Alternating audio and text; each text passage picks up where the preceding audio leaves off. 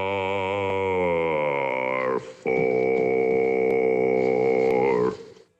Finally, with the release of the deluxe edition of the soundtrack in 2023, we got the chance to hear the songs with Plummer's own pipes. He's not bad.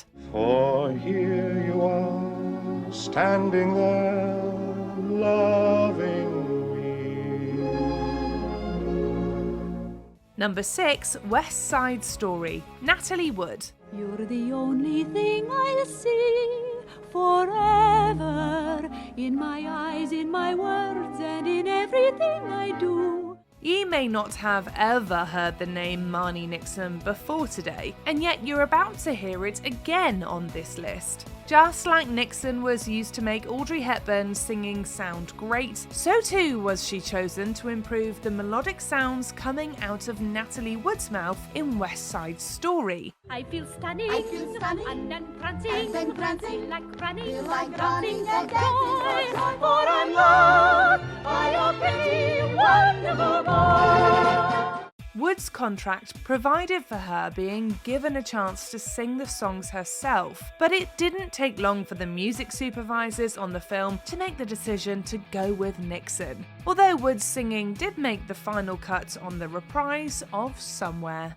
Hold my hand and I'll take you there.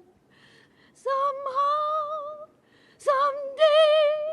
Number 5, La Vie en Rose, Marion Cotillard. From the depths of my heart came a great lonely cry. It's true that Marion Cotillard took singing lessons for her role as the legendary French singer Edith Piaf.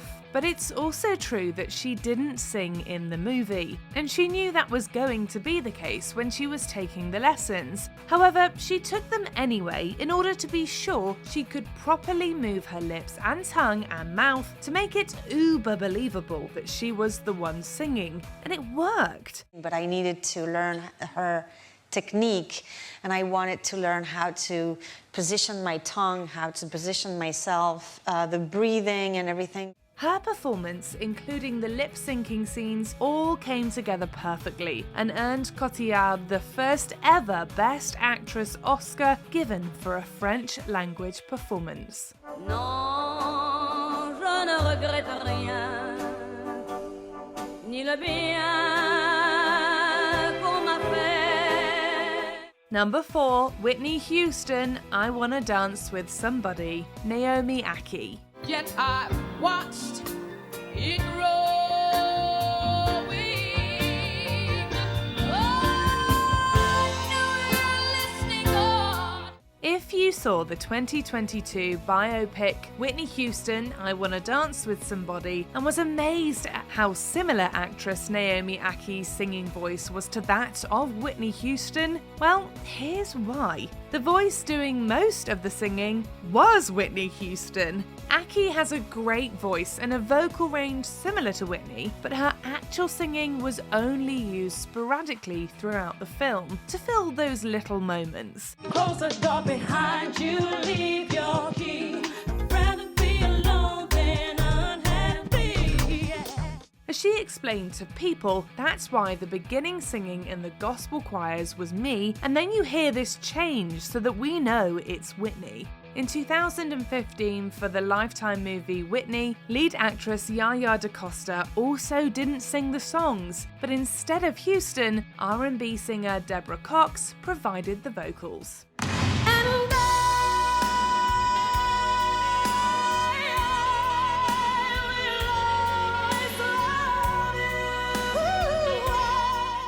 Number 3, Ray, Jamie Foxx. Given that he's released 5 albums, been nominated for 10 Grammys, and even won one, we all know that Jamie Foxx can sing. See what I got over a lot of fellas is that I'm more creative. But that didn't matter on the set of the Ray Charles biopic, Ray, because as director Taylor Hackford said about the music in his film, I had to have Ray Charles singing. These are masterpieces.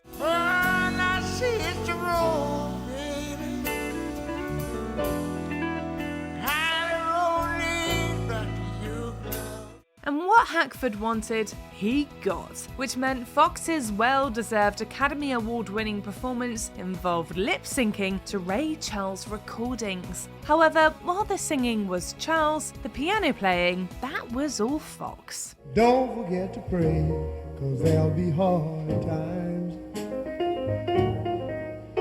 Hard times.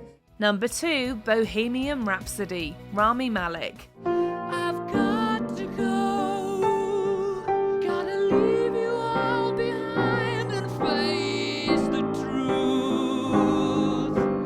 There's a guy out there whose singing voice is amazingly almost identical to that of the late, great Freddie Mercury. His name is Mark Martel. While Rami Malek's Oscar-winning performance in Bohemian Rhapsody saw him brilliantly inhabit Mercury in his accent, movements, and persona, Malek just couldn't get the singing voice right.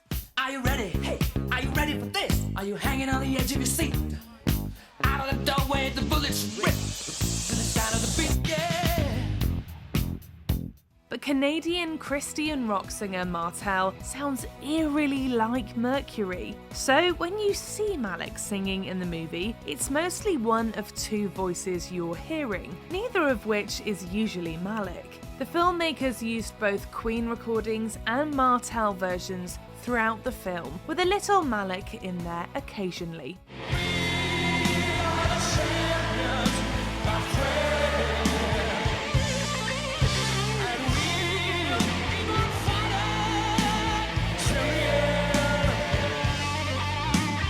Number 1, Selena, Jennifer Lopez. And I know it's not right, and I guess I should try to do what I should do.